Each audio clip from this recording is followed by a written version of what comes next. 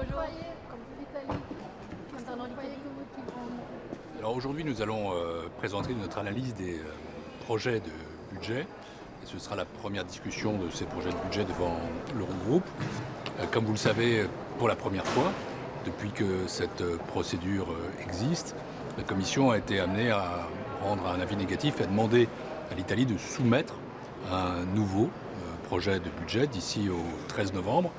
Et bien maintenant, ce qui est important, c'est que devant l'Eurogroupe, le ministre Tria, et j'imagine qu'il le fera, fasse part de ses intentions et explique ce que l'Italie compte faire dans les jours qui viennent pour répondre à cette demande dont j'espère et je crois qu'elle sera par ailleurs soutenue par les ministres des Finances de l'Eurogroupe qui sont tout à fait en phase avec la Commission qui agit là comme gardienne des traités et pour faire respecter les règles qui sont des règles de bon sens. Il s'agit de faire reculer la dette italienne qui pèse sur les ménages italiens.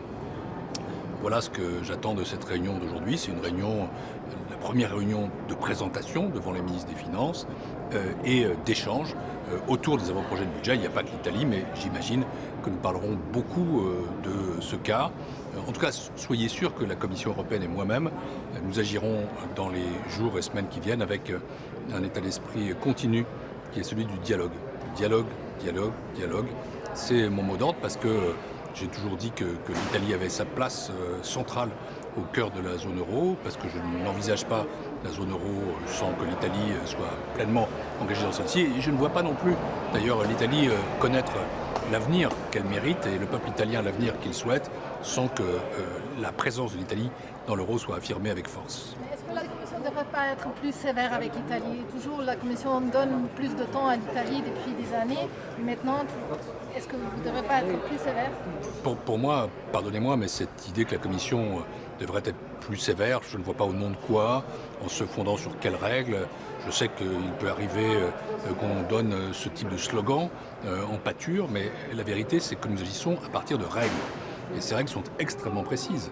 Ces règles nous demandent de nous assurer que les avant-projets de budget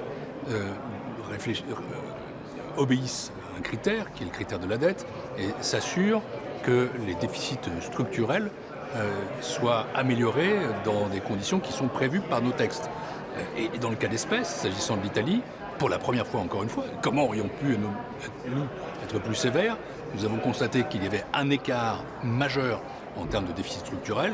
Ils étaient censés s'améliorer de 0,6 points, ils se détériorent dans nos mesures de quelque chose comme 0,8 points, et que par ailleurs, nous pensons qu'il y a sur la dette italienne des risques d'augmentation avec un tel budget. C'est la raison pour laquelle nous avons demandé que ce budget soit resoumis. Donc franchement, ne soyons pas là dans la psychologie ou dans l'agressivité.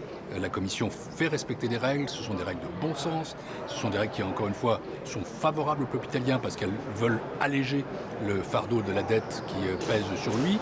Allons dans cette direction et la prochaine étape, c'est que je présenterai les prévisions de croissance et de déficit de l'ensemble des États membres de la zone euro ce jeudi, puis que nous attendrons pour le 13 novembre la réponse de l'Italie à cette demande de soumission d'un nouveau projet de budget. Respectons les rythmes, respectons les règles, croyez-le, la Commission les applique avec la plus grande rigueur, la plus grande fermeté, la plus grande objectivité, et nous allons continuer comme ça, avec toujours le souci de traiter tous les pays équitablement, et quand il y a une nécessité de dialogue, de dialoguer vraiment. Les Italiens quand même ont déjà signalé qu'ils ne veulent pas répondre à vos demandes. Donc, est-ce que vous avez des sanctions ou quelque chose, une procédure déficitaire Je n'ai pas ce type d'informations. Mon interlocuteur s'appelle Giovanni Tria. C'est le ministre des Finances de ce beau pays.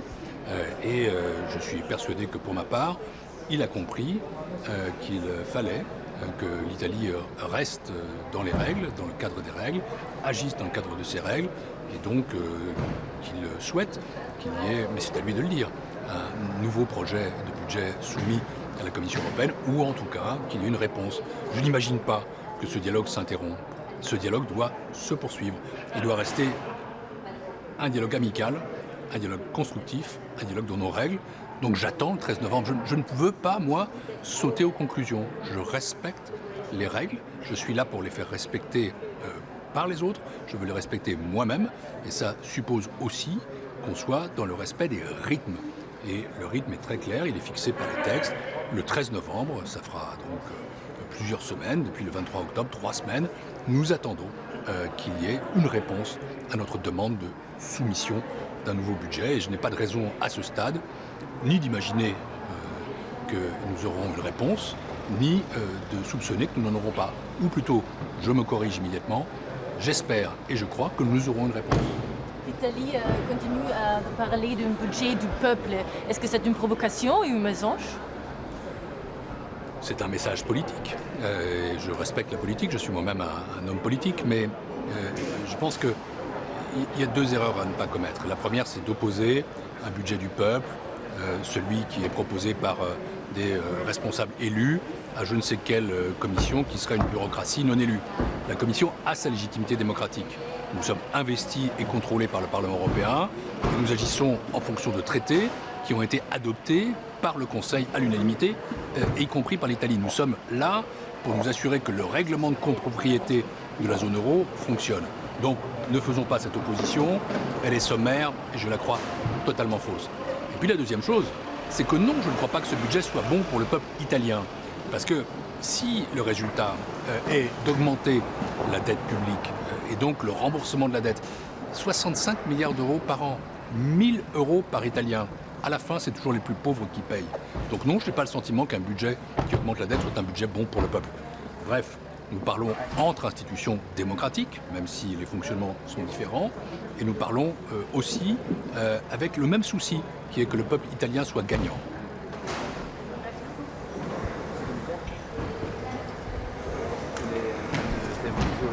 Les sanctions suivantes sont entrées en vigueur aujourd'hui.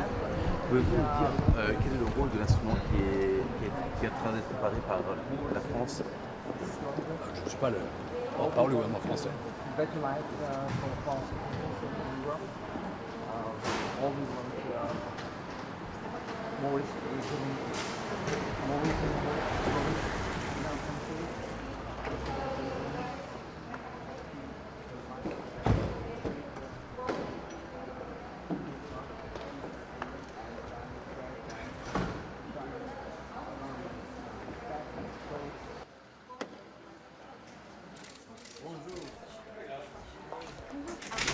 Story that just has been reported that says the European Commission has already made a decision to put disciplinary action to Italy November 21st. Is there any truth to this? Have you made a decision?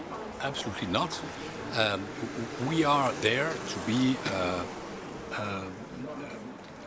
the warrants of the respect of the rules, and the rules are quite precise. First, we had to assess the DBP, and this assessment was not conclusive for Italy, so seeing that there was too much debt and not enough diminishment of the structural deficit, then we decided to ask Italy to resubmit a new DBP by the 13th of November, and we expect this to be done. And so when you are in a procedure, you must respect your own procedure, and this is why I'm waiting for the response from the Italian government, and I cannot anticipate on this response. I hope and believe that the rational approach would be that we have a new DBP by the 13th of November. Then, on the 21st of November, I want to be precise, we are going to deliver our opinions, not only for Italy, but for all the countries inside the Eurozone. And of course, our opinion on Italy will be different in a situation where we have a new DBP submitted, we have a new DBP globally compliant submitted or not, or we have no DBP. So let's not anticipate, let's not jump to conclusion, let's walk step by step, let's respect the procedure, and my motto with Italy is and will be the same. We are part of the same structure, which is the euro. Our interest is that Italy is at the core of the eurozone, and it's also the interest of the Italian people to be there. And so let's continue to dialogue in the same framework. So if the idea is that we've already taken decisions, it's a fake news, it's a wrong idea. We are walking step by step in the spirit of dialogue, but of course, according to the rules, and the rules are quite precise, we need to make sure that the Italian debt doesn't raise, and we have to make sure also that the structural deficit is reduced. And this was not the case with the first DBP by far, and this is why, for the first time in the history of the SGP, we had to ask for a new DBP. We are waiting for it. We are always discussing, talking with the Italian government. I'm in permanent contact with Minister Tria. I know that he has also the same spirit, dialogue with the Commission, respect for the Eurozone, and that he also wants Italy to stay fully a Eurozone member. So be patient and let's work by the method, by the book, by the rules. So November 21st, no decision made on that. Just No don't decision made on the 21st of November, but on the 21st of November, obviously, you will have an opinion coming on Italy as any Eurozone member.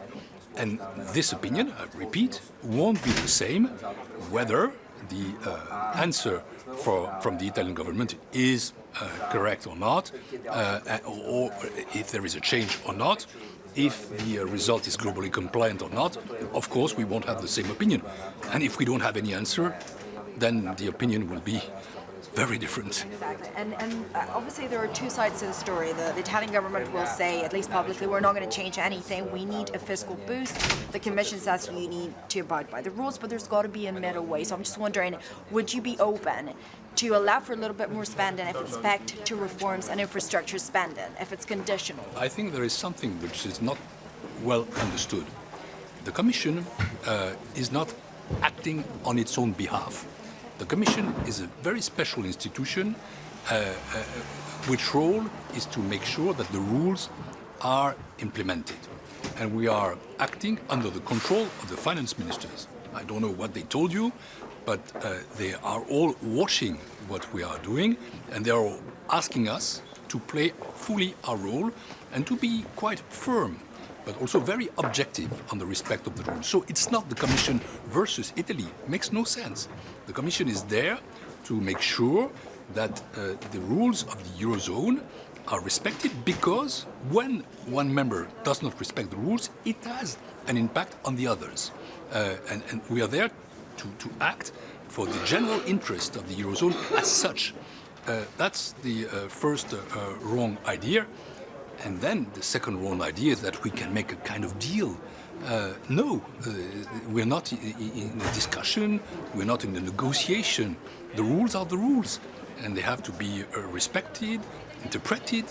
They are flexible, they are quite clever, and I think they are favorable to the Italian people, because a budget which would increase the public debt by far is a budget which would be damaging to the Italian people, because the burden weighing on their shoulders to reimburse this debt would be heavier.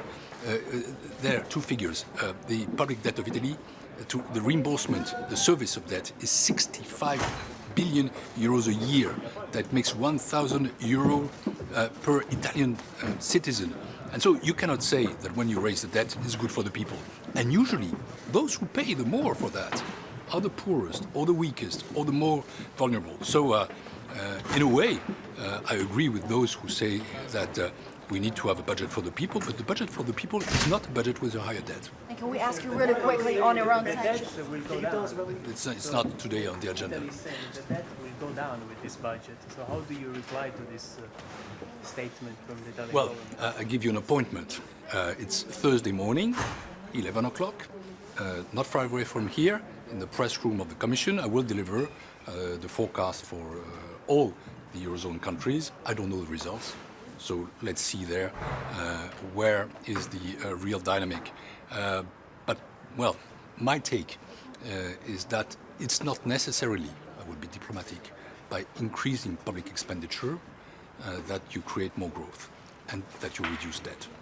I think this is an economic reasoning that needs to be discussed. but let's see each other on Thursday. Sur l'Espagne, vous préoccupe qu'il ne puisse pas y avoir des budgets cette année, que le gouvernement n'arrive pas Je présenterai aussi la situation de l'Espagne dans quelques minutes, puisque c'est l'ensemble des avant-projets de budget que nous examinerons. Je me suis entretenu il y a quelques minutes avec Nadia Calviño.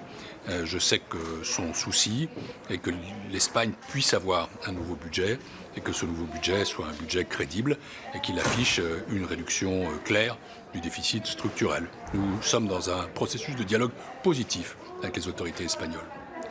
De la même façon que pour la Grèce, qui pour la première fois sera, elle aussi, dans le cycle du semestre européen, donc dont l'avant-projet de budget sera examiné, nous allons d'abord regarder quelle est la marge de manœuvre budgétaire pour des mesures que le gouvernement grec ensuite devra convaincre ses partenaires d'adopter.